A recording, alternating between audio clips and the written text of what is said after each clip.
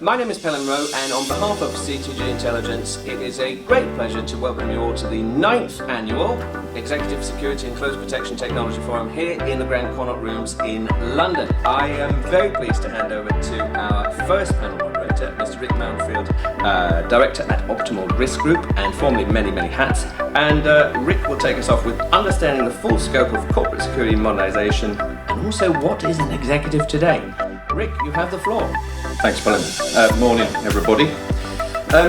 So, my esteemed panel here, my job is to make them look good, get the information that you need from them. So I'll just introduce each of them, or allow them to just say what their interest is in around the executive protection sphere, corporate security, because this is more around what wraps around executive protection to my mind. So I'll start with Leigh quickly. Thank you, Leigh. So I'm currently a security associate at Keynote, which is an engineering firm with security specialism, consultancy specialism. My previous life I was... You all hear it without a microphone? Yeah. I've got a loud voice. In a previous life I was in corporate security roles in the banking sector, Bank of England and Deutsche Bank, working closely with the close protection teams as well as the technical security and operational security teams. And then moving over to consultancy has been a really interesting transition in the last sort of 9 years, because we now get to see how that works across multiple sectors, multiple businesses, multiple industries. So that's kind of my interest now is looking at how this works across the board, and actually got a really good overview of the differences between those different sort of entities. Brilliant, thanks, Leigh. Darren.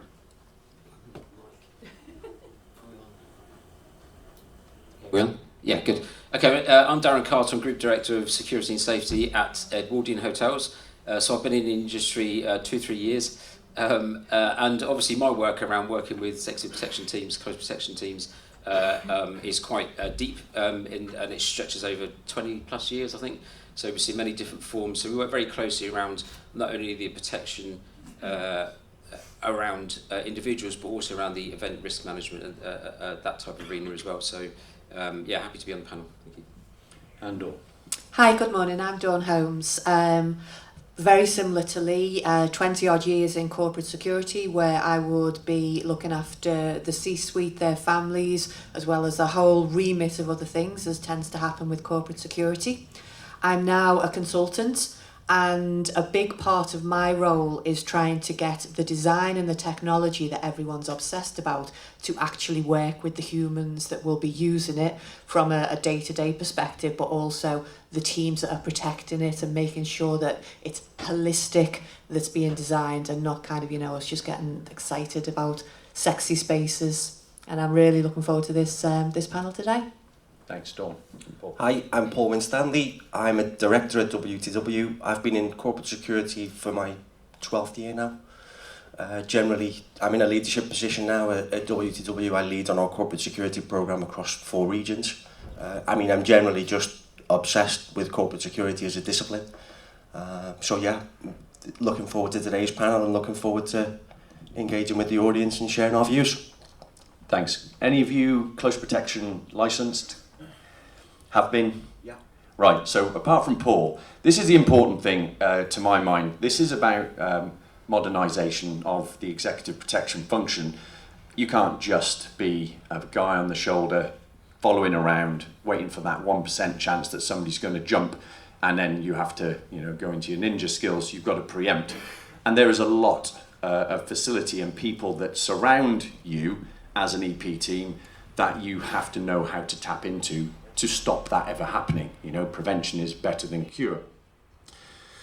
So these guys here have been in and around the CP teams, and I guess, Darren, within the hotel system, you've had a lot of visiting CP teams. Now, how do you manage that relationship with the CP teams coming to the hotels, what you have to offer them in terms of technology on site, and them deploying, and we all know this happens, their own covert triggers, covert cameras in plant pots on landings that are just breaking data protection laws and everything else? Yeah, it's a mixed bag, to be honest. For the most part, I prefer to know when guys are in town. Often these days, particularly when you've got foreign people travelling from abroad, foreign visitors, a protected person often arrives on a booking from lastminute.com or booking.com and they arrive with a full team. There's no pre-visits, there's no records, there's no connection with anybody. And that's fine if people want to operate like that, but actually, in its entirety, I guess if you're doing a 360 around a deployment, you need to know what happens when things go wrong. And if you're in a mindset of operating independently for whatever reasons, because you want to keep things under the radar, then that's going to potentially come back and bite you, actually, if you're in an environment that you're not entirely familiar with, how people perceive you. Most protection teams that come into a building, into a hotel setting, they think they are operating covertly, and they're absolutely not, because the people in that lobby absolutely know everything that moves in that space. They know the environment, and they know the moment people walk in the door, they know that they're being protected. So, I mean, it's a very mixed bag. Most often, those that are travelling domestically, we get to know about, we have good connections with, we understand. I think some teams feel that if they make themselves known, it's going to create problems for them, when it's actually really not, particularly with the security discipline in the building. I would absolutely encourage you to reach out prior to any visit. It should give you more confidence about the environment that you're in, but also we're kind of more liberal than what you might imagine, actually, in terms of what we allow you to do with our full knowledge and etc. But yeah, I would always advocate good firm connection and comms with wherever you're going, like any venue, actually, like any venue you go. That's Edwardian hotels. Others are available.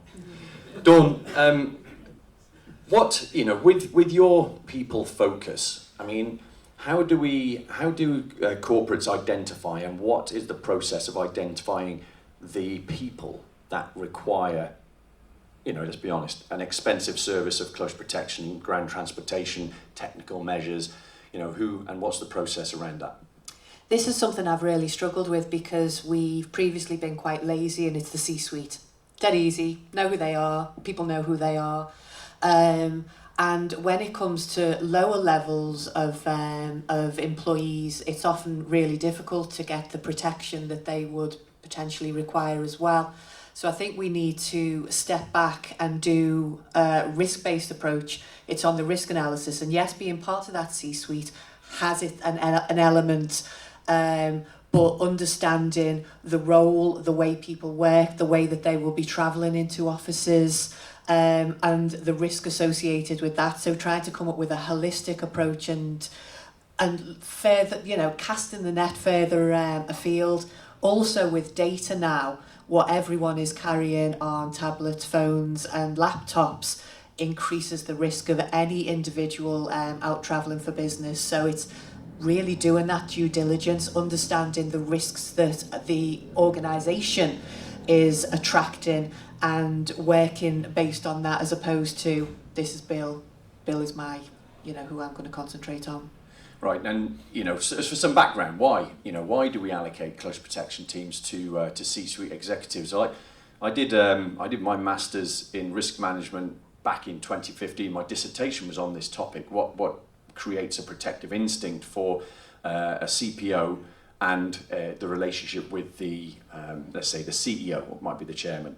The reason behind this is there was a 20-year research project delivered by Professor Tim Quigley at Yale, and in 20 years they looked at the impact on share prices of the instant death of the CEO. So if a CEO dies, assuming that they're classed to be an effective CEO and not ineffective, if ineffective and he dies, then she dies, then actually share prices went up. But if they were an effective CEO and they die suddenly in 20 years, and there was about 120 examples, investor wealth, the share prices dropped by 5% the day it was reported to the markets, and 15% 30 trading days later. Now, if you're a Shell, BP, Goldman Sachs, you're talking hundreds of millions, if not billions of dollars wiped off the value of your business. None of the research, none of the deaths that were in that research that Tim Quigley did was murder, and nobody had been killed for the role they were in. Now you imagine an oil CEO being killed because they their company spills loads of crude into the Gulf of Mexico, and then an environmentalist murders them for that because they deem them to be responsible. First of all, that's devastating to the share price, so that's why you have an EP team. But how do you recruit a new CEO to step into the chair that someone's just been murdered in? So that's really interesting as to a selling point for a board. I think that is the underlying thing, because it's always about money, right? So with that in mind, and I come to Leigh, you know, what and how do you identify the threats and risks that Dawn is talking about? Because they're not just physical these days, they are digital as well.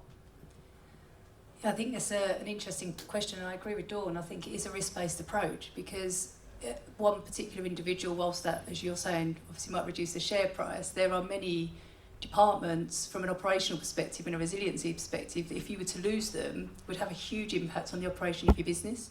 Yeah. So I think it is about that risk-based approach. Like, what's the impact? What are your assets in terms of operations to the business, and what's the impact of losing that individual department?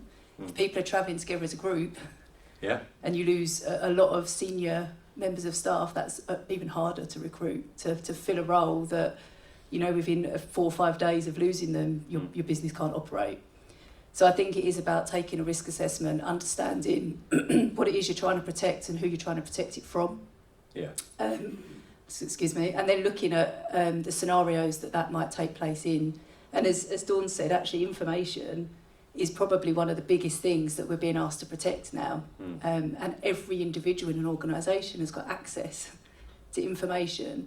And what I typically see is that varies around the world, because in the Middle East, for example, where we do a lot of work, you've got particular individuals that perhaps aren't necessarily targeted but feel that they would be, and therefore demand a certain element of protection, but actually in reality probably don't really have much of a threat against them. Yeah. But then you get an entire legal team perhaps that are working on a case that is particularly, it's out in the news, it's particularly controversial, their names are out there, their faces are out there, and they're much more likely to have an interest in being targeted. But actually, if we take that back to information, it's actually probably more junior members of staff or people in, say, an IT department or an administration department that are more likely to release information unknowingly. We'll come to that a little bit later on. Or be subject to bribery and things like that. Exactly, depending on where you are in the world as well. So I think it is you've got to take a risk-based approach. What is it you're protecting? What are you protecting it from? And what's the impact of losing that? And I think actually that what are we protecting? You may be protecting a person, but actually you're protecting the chair. The chair that person sits in, the title they hold is what you're protecting, because it's a representative of the business. You're protecting the business by protecting this person. So in my research I talked about before, fortunate for me, not fortunate for him, but Christophe de Margerie, who was the CEO of Total Oil, went out to, in 2014, 2015, went out to Russia to tell President Putin that he would not be using Nord Stream 2 for their downstream oil because he didn't feel it was ethically right, and Christophe de Margerie was a very effective CEO. I don't know how it happened, but a snowplow driver who was drunk drove his snowplow through his private jet on a Moscow runway and killed him. Now, he didn't have any executive protection with him. Not that any of you in here would stop a snowplow going through a plane, but what it did for me was I managed to snapshot the stock share prices the day it happened, and it did drop 8%, and then it recovered really quickly. It didn't at 30 trading days out. It was back to flat again and making profit, because the COO had been for 5 years being lined up to take over as the CEO, and there was a succession plan in place. Now that begs the question: is the COO, Warrant CP, at the time he's the COO, knowing that he'd be stepping into the shoes of, was it quite an old man? You know, he was in his 70s, Christophe, when he was killed. And that, I think, is that whole board approach. So how, Paul, I come to you for this one, how do we, within that risk-based approach, how do you, in your experience, manage who is most at risk from threats or risks? And I define that for those that are not sure. You know, a risk is is a risk. We have risk. We can't remove risk. Risk is always there. But a threat is a person that has a capability and an intent. A risk is an earthquake, a hurricane can be, but a threat is a person that has a capability and the intention to do it, and they have to have those two elements to put that together. Now, if you're trying to prioritise using threats and risks, the impact and the likelihood of that happening, you know, how do you decide who gets what and at when, what time? Sure. So start with the definition of how we're looking at risk and how we're assessing that internally in corporate. So for me, it's really, really simple. It's the executives or leaders who are commercially the most important to the business.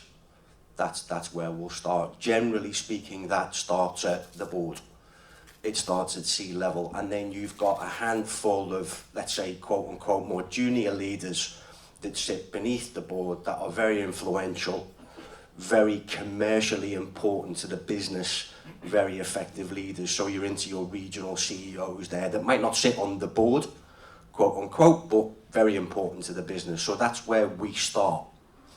In terms of risk management, so have a framework for conventionally known risks that you can say, these are the standard physical security risks that we know apply to everywhere in the world, to every executive, wherever they may be. And then it's really about profiling the individual, habits, travel routines, lifestyles, personal life, business life, exposures. And I think that's where you come in, actually. I think that's where CP providers come in. If you've got an intelligence capability and you're building a profile of executives as you're working with them, as you should do, as Rick says, CP isn't just jumping out of the car and throwing yourself in front of people anymore. It's more deeper than that. But I think this is your world where you can effectively profile an individual, and you can go back to corporate security leaders who you are partnering with, because we're your landing pad for working with businesses, and present an absorbable, simplified, common sense risk assessment against an executive. And if you do it in the right way, then we should listen to you. So I think actually you play your part also in us effectively risk profiling, which is an element of risk management. Now, I think this brings us to the sort of next stage is, you know, how much of this sits on the team leader?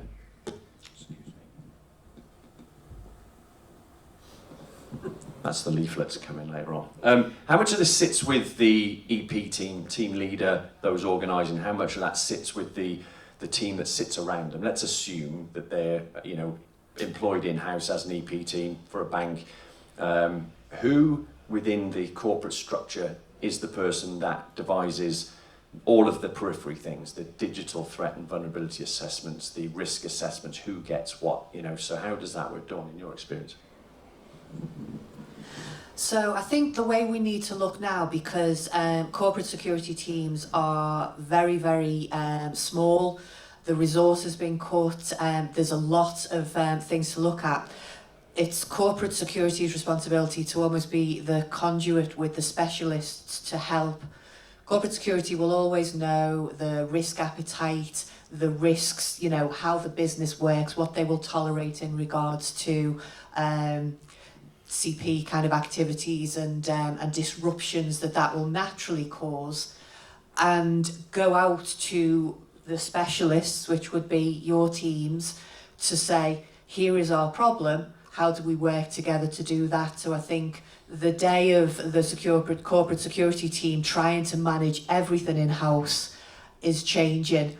And yes, you'll have a number of teams. When I've managed this, you would have CP teams in-house that the board knew, recognised and felt very, very safe with. Other people probably knew, recognised and felt quite comfortable with from looking, you know, externally. So having new faces, different people that the people didn't know, who were able to back up, work together seamlessly, so it takes that relationship to be built up. But it's down to corporate security to accept that they can't do it all and that they need help, but that needs to be seamlessly managed. Yeah, I think, Leigh, you've been the corporate arena now, you're on the other side, you know, you're gamekeeper term poacher. When we are looking at the allocation of teams in a corporate environment, you've got all this, you know, good stuff around you. You know, you've got a collaborative approach within the team, but when you become a contractor and you're being brought in, it's usually, you know, not with the same sort of capabilities. So how do you manage to keep the level of the protection where it should be without the corporate resources, and what can the consultants do to engage with the corporate entity that's employing them to enhance and make the most of what's available to them internally? I think it's all about communication, isn't it? It's really important that you spend time gathering as much information as you can to fully understand the business, as Dawn says, you know, what it is they're trying to protect and why. But also, as an external, you've got a lot of knowledge and information and experience across the board for different industries that you can really help. That really helps. I think some of the dangers sometimes with internal corporate security is you only know what you know. Yeah. And if you've been working there for 10, 15, 20 years, you kind of lose sight of what else is happening. So you see there's a benefit for the consultants that come in, you know, they're bringing the experience of other corporates they may have worked with and best practice and start gleaning you take things, the best which is of what good. everybody does, right? And then apply that to your particular client. But I think the most important thing is really understanding the client and what they're trying to achieve and the risks that they perceive and what they will tolerate. And then working with them and you might have to put in other specialists and work with a larger group of people depending on, you know, where you're going, the country. You might not have a specific, and intelligence teams as well, really important to work with them. But I do think consultants can bring with them a lot of experience that internal corporate teams just wouldn't consider. Yeah, no, it says a consultant, of course. Probably most of us in this room are probably consultants. And if you're not a consultant, don't put your hand up because you'll be like honey trapped the rest of the day. So let's bring it to the sort of technology aspect, because I've long believed, and many people in here that I've spoken to over the years, you know, technology is now, it's not enough just to be the brawn. You've got to have the brains as well. You know, you go into a private residence, you've got a client in his office, he's working from home, yet he's got a Chinese state-owned camera system on his house, which is linked to his broadband, and they're going in through the back door of the CCTV and hacking into his broadband and then taking all his information from his biopharmaceutical company. You've got people with Amazon Electors, what do we call it, Alexa, on their desk, you know, which we know is listening in. They've got smartwatches, the phones. They can all be used in different ways to hack in. So, Darren, in your opinion, you know, where do the modern CPOs, the team leaders, I think that should really be doing the risk assessments for digital threats? You know, how important is it for them to understand the risks, and where would you recommend they get that from? Yeah, I think just to touch on a couple of points that were just passed there, in terms of providing a genuinely holistic threat profile of a protected person is, I take on board exactly what people are saying about having consultancy, but you don't have the view that others have of your company, particularly if you've been in it for some time, or of the individual. So there is that point of gaining, working obviously closely with an EP team, and but also potentially an other as well, for a completely independent view of, I mean, when we talk about a modern corporate security professional, this means modernising the way we think as well. So I guess many in here will find themselves protecting much younger people. They're bigger risk takers. They spend their life. That's a really good point. Yeah. They spend their life on social media for the benefit of the company. So this conjures up a whole different perspective of risk. So when it comes to technology and the way it's used, there needs to be a really, really refined process around it. We know that's the single biggest threat to any business these days is a cyber risk. It can literally bring a company down. I mean, irrespective of any physical risk or threat that's posed to an individual, that individual exists within that protection fold because of the company. It's not because of the individual, it's because of the company, like I say, it's the position. So where people get that information from, well, I mean, I could name quite a few. There's probably one or two in here I see that could, but they have to have an absolutely reliable thread of input into that whole risk program, which is actually paramount. It's no less important than deploying for a week's trip over to Davos or whatever it might be. It is absolutely at the top of it, because everything comes crumbling down if you've got some exposure where every movement is being tracked and every piece of data is being monitored and sucked out of the business and away from it. It's just implicit. It's 100% a key factor. The primary thing is data and access to it. Yeah, I think the mantra is if you can't be predicted, you can't be attacked. So you vary your routes, you vary your departure times, you don't advertise where you're going. But these days, it's out there. So in the digital threat sphere, it's not just your principal that's giving away the information. It's the PA, it's the house manager, it's your chauffeur, it is an entourage that has kids, right? So digital threat and vulnerability assessment is something that most of us in this room couldn't do for ourselves, but is an important aspect in identifying where they expose themselves. And I know there's over 20 years now of deep web pages. The past page 10 on Google to page 10 million. That's all there to be searched on if you know how to look for it. And that, even the hardened, not on social media principles like you won't find anything on me, there is always something to find because there is 20 plus years of information on them before they became cyber savvy. So, I mean, I asked Darren where do you get resources from? I mean, the one that seems obvious to me and where I go is the National Cyber Security Centre. There you can get a lot of advice around how to nail down good sort of hygiene on your data. But once it's out there, you have to try and get it removed, and that's or buried deeper, and that's really where the corporate security kicks in, because that's not what an executive protection officer does. That's your corporate and your governance side of things. So, come to Dawn, within the team, how do you get the EP team talking to the IT function or the intelligence function of the SOC? And, because it's not generally, they don't make bedmates that well. It's tricky, and I think it's getting better relationships with the IT and cyber side of things, but they've always been very separate. Felham does conferences on convergence, trying to get physical and cyber working together.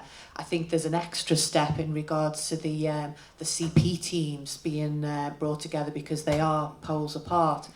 I think it's working to that convergence, understanding the risk that we're all talking about protecting the same thing.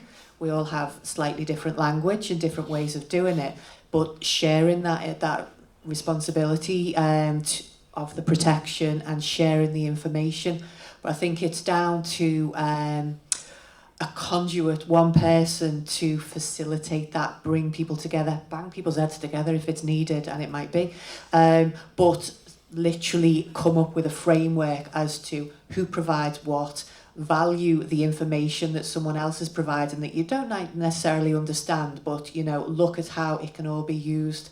It's hard work, and it's kind of probably a few months worth of finessing, but once you have those relationships built and have that intelligence, and just the relationship where you can pick up the phone and say, I'm not sure about this, can you explain it to me? Or, is this really a risk, and how can I in the physical world start to mitigate?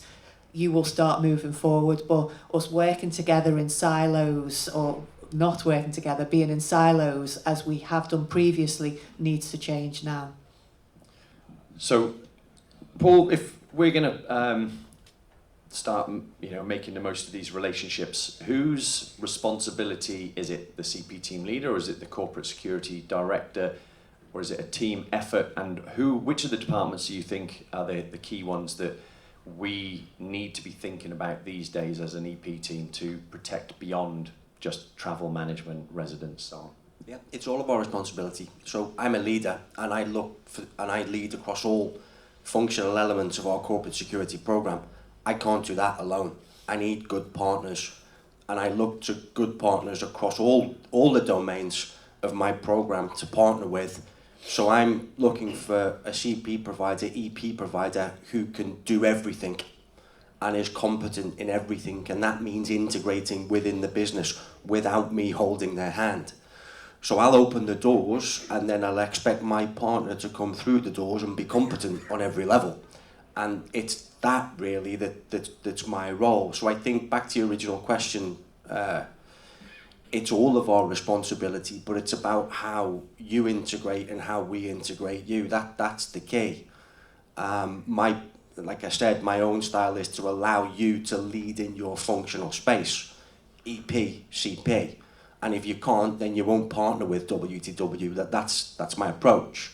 If you can, then we'll make your life easy by creating an environment for where you can integrate and you can work cross-functionally and you can provide a little bit more than just people on the ground. And that's how an EP team should function in a relationship with corporate. So it's an insurance company, right? Financial services. Financial services, right? Okay. So do you feel that there are certain sectors, and I'll come to each of you with this question. Actually, there's certain sectors that are better at this than others. Those that maybe are engaged in technology, that use technology, fintech, they get it, or there's some that are really bad. I'll start with Paul and we'll work down. Sure. Yeah, it is. It's. I mean, what I've found is the more grown up the business, the more easy it is to work in a common sense way. So I spent 3 years at Lego before I moved to WTW, which was carnage on every level. Very creative business, failing forward quickly, no culture whatsoever of secrecy or common sense, and that's their strength because they're making the best toys in the world for kids. Right? But yeah, environment was absolute chaos day in and day out. And then in financial services, for me, it's a little easier because it's a little bit more grown up. So we're more capable of sitting back and saying, okay, really honestly, what's the honest and best way of managing our security in a grown-up environment? And that culture really cuts across the entire business. We're really not interested in niff-naff and trivia. We're really just interested in finding the best and most efficient way of doing things. And yeah, I think the more grown up the business, the easier time you'll have with integrating properly. Yeah, I think organisations are poles apart. The Bank of Americas of the world, very staid, as you say, they've got the processes, people tend not to deviate, and people do a similar thing. In the Bloombergs of the world, where it is about the technology, about the media getting out there, there's a refusal to toe the party line in some ways because being creative is seen as a superpower, and trying to circumnavigate as much as they can. I thought they were just being annoying, but maybe it's that's the creativity part of it. So they've got a completely and utterly different mindset. So you need to go into each sector with an appreciation of this is going to change completely, and what our rule book that we've managed or kind of worked on previously needs to be rewritten. I'll give you an example. I looked after travel security risk at Bloomberg, and a load of journalists, and previously I've been able to say to people, you hear a bang, you run in the opposite direction, and they tended to do that. The Bloomberg journalists, they hear a bang, they're flipping running towards the bang, and it's suddenly like, right, first of all, I didn't anticipate that. How do you actually protect it? And it's understanding that and having that appreciation of the quirks of a different sector. And yeah, I think the younger, the more technology orientated, the more challenging they are. I think that's a really good point, actually, and something you should bear in mind when you're risk profiling your principal or the business you're going into business with. What is the age dynamic? Are they tech savvy, tech native? Are they going to want to be able to post that they're on their way to New York now? And how do you then influence? And I'm going to come to influence in a minute, but I'll let the other two finish. Yeah, I guess I get a snapshot of all industries really working where I do. And I'd say, not putting things into any particular order apart from one, I must say international governments are diabolical, actually, in terms of their visiting teams are just horrendous to work with. Much more professional where we are. But yeah, I think the general gist of the conversation here, the more mature the business, much more disciplined, much more practiced in their ways, much more thorough actually. So you talk about financial services, professional services, petrochemical actually tend to be really refined and quite disciplined. But again, the younger the business, the more dynamic the program is, the more risk, the more vulnerable, and it genuinely is. I mean, how do you install like a social media policy with some of these guys, right? It's an impossible task, right? I've seen this many times, just around an event management perspective. So the use of social media whilst you're there, whilst you're launching a product, whilst you're doing a real key. Now, to some extent, people might know you're there, but particularly events that are not published, they're not disclosed. The use of social media, I mean, it's a very practical thing, but I don't want people telling the world that they're there either, because we don't want to have to deal with that just from an operational perspective. Just, our guests don't want 70,000 people stood outside because Cristiano Ronaldo's there for the evening having dinner, right? So that doesn't happen every day, but yeah, the more younger the business, the more open they are to using this, social media, and everything else that surrounds the protection of those people that are in that program is much more volatile. I say, I mean, they can be very professional, but just the nature of how they operate and how they run the business and how they need to be seen to be doing what they're doing makes it, I guess, very complex for those of you that look after those teams, but additionally very complex for us to be able to smooth the pathway through a very good visit in a stay. So, yeah, the general theme. I think you may recall a really great example of somebody that's an older generation trying to use social media when the chairman of the Royal Bank of Scotland sent a screenshot to his daughter, who's 14, from his lap, saying, "Snapshot, Daddy's in a really boring meeting." And then she posted it, "Look how funny my daddy is, he's in a really boring meeting." It was a meeting where he was laying off 2,000 staff, and the next day he didn't have a job. Now, somebody probably ought to have told him the dangers of putting anything out like that. If you don't want it to be seen by the whole world, don't put it out there. So, yeah, it's a good word to the wise. So, last but not least, Leigh. I think, I'd agree, and I think I tend to find that more regulated industries are better because they need to be. So financial institution, investment banks, law firms, things like that, tend to be very good at it. It's very mature, but also the principals in those companies expect that. They know that that's part of their job, is to have that protection service, as do their families. So they kind of go into the job knowing that it's part of it, whereas I think more entrepreneurial companies and tech companies, they don't see themselves in that way. They don't want that intrusion. They don't want their privacy. They don't want to be watched 24/7 by internal kind of security measures or people looking after them. And I think and being younger and kind of more maverick, I guess, in their ways, it's a bit more of it's not going to happen to me. But I also think there's probably a lot more proven incidents in some of those industries that you can evidence that this can happen and this is why we need to do it. Whereas in newer sort of companies that perhaps aren't as mature, don't see it as something that's necessarily for them to worry about. So it's a governance I think structure. governance plays a big part in it for sure, yeah. So the legal governance aspect of protecting your main people for reputational reasons and loss of share value, obviously, is probably what sets apart. Now, I'm working with a number of tech startups for MPSA. So these are businesses that are under 5 million and less than 10 employees at the minute, but they work on areas that the government wants to stop China stealing their IP. And these people are completely ignorant. They have no governance. The guy I'm going to see tomorrow, last week, and I said, when I come next week, I want to see your risk register. He's like, what risk register? Don't have a risk register yet for anything. So they've got to build that governance. I think if companies have got the governance in place, then they know the risks. They know what the impact will be. But a lot of the people we protect are private clients, or they own the business that if it floated would be FTSE 250 at least, but it's a family-owned business and they can do what they want and they will only do what they want because there is no board, there is no governance that they haven't created for themselves. So how do you manage that? Now, I will go down the route of two leadership styles, transformational leadership and transactional leadership, and I feel that if you are employed in a business, what you want to be trying to do is get a transactional relationship with your principal between your team leader and the BG, with your principal, because there's a mutual respect. They realise that you're working before they get up and after they've gone to bed, but you also realise that in the car they need peace and quiet to work, and they don't want to hear chit chat, and they want you to be hygienic, and take all of the stress of plans away, so they just turn up and work.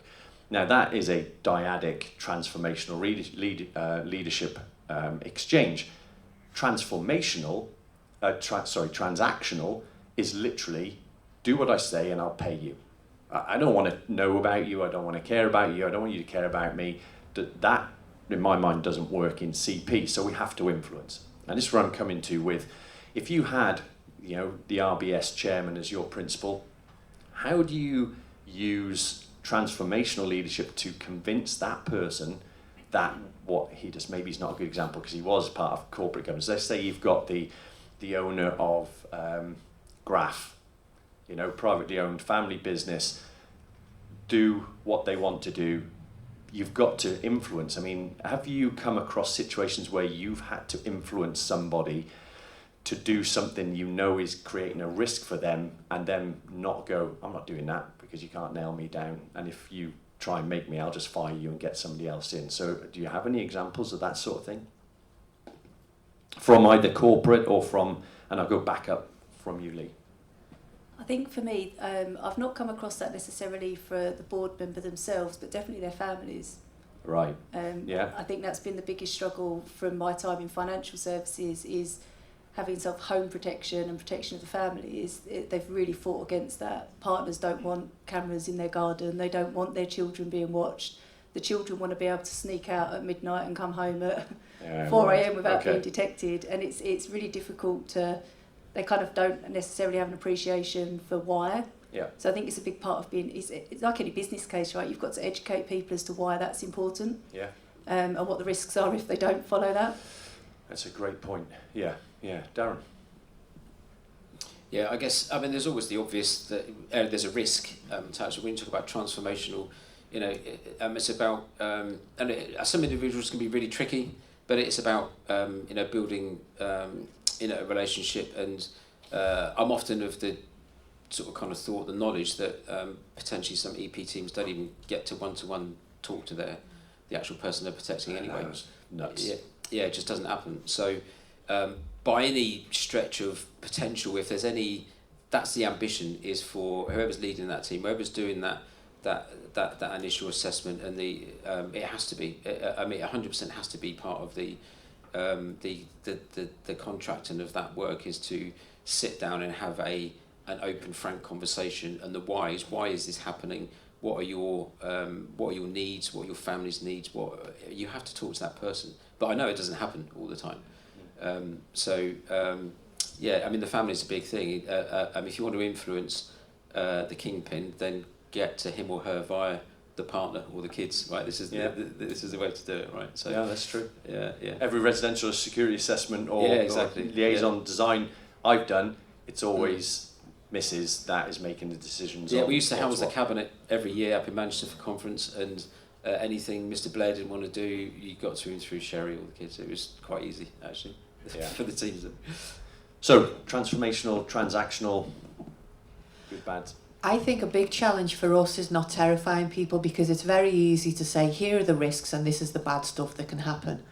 And it's legitimate and it's true and it might work with people, but it's having that balance, the communication skills to be able to educate but not terrify people. And I think our predecessors and older and maybe not so great security leaders would go with, security being a dark art, everything is terrible, you need me because I want you to be frightened enough to need me. Selling fear. Yes, yeah. So it's that balance and working with people, being there to tell them what and all, what could happen and worst case scenario, but making them confident that, if they do what you say, you will be able to handle the bad things that happen. But it's it's the relationship and the communication and being able to engender the trust, which is really tricky, because it's dead easy to just go in and scare them. Yeah, and you can earn that trust and lose it in a heartbeat as well. Yeah, Paul. It's a really, really interesting question. in my view, you can't have transformational leadership unless you build up trust and confidence on the transactional level.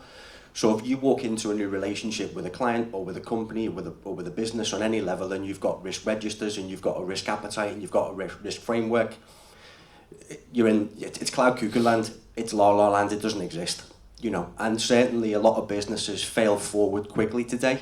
My approach in that environment is to turn that around and say, okay, I'm going to observe my environment, I'm going to document everything, and I'm going to frame everything. When I get the opportunity to fix a problem, I'll have a solution, and then I go. Okay, I think that's where, in that environment where you're looking to build the framework and you're looking for a more stable and a more predictable environment around risk management, that's where you play. And when you do play and you win and you fix a problem, you start to build value. And the more value you build, the more valuable you become until you become indispensable. Yeah, does that make sense? I mean, if that's a takeaway, that's what I would take. You can't just go in saying, look at me, I can lift 6 plates and that's not plates at dinner. You'll probably see me carrying 6 plates at lunch, but you've got to be able to be digital, cyber savvy. You've got to be travel risk management savvy. There's so much more. The value add that makes you better than the other people bidding for that work. So I really appreciate it. We got these 4 here. We've got about 5 minutes, and I'm happy to take any questions. And if there aren't any, I've got a curveball question. Any questions from the audience? Frank, I knew you would. You asked me to. No, I didn't. And this is one for Darren. Darren, do you get many EP teams coming to you and saying, can you give me a secure space for my people to hold a confidential, do you do ECM? Have you got those on tap? Can you provide those? And the second question is, how many of the visiting teams will come and say, can I place a person, an operative, in your CCTV suite or your hotel management emergency suite? Yeah, both actually. And a secure place, what I do is I phone Jason up. I don't really, but you could. They do often ask for a secure place, and there isn't one actually. But what I'm often asked for is, when it hits the fan, do you have a strong room, a secure room for my executive? And obviously we don't, because everybody is an executive as far as I'm concerned, and so do our insurers think that as well. So why does Mr. A get put in this nice, funky, strong room when the rest of them are kind of in pieces along Berkeley Street? So you don't have that luxury of being able to provide that space. I can absolutely, when it comes to this communication and talking with at your venue, is that I can absolutely advise you of the most expeditious way to get to a safer place or to a safer exit, and all these types of things, but not into a strong room. But the second part of the question was around. Can you sweep my room for me, please? Well, we can do that. We can provide those services, not us, but we've got the facility to be able to do that. And the other part of the question was around being accessing into our control rooms. Absolutely not, because that's not the space in which you're working. That's the space in which my guys are working. Well, they don't get access to the CCTV.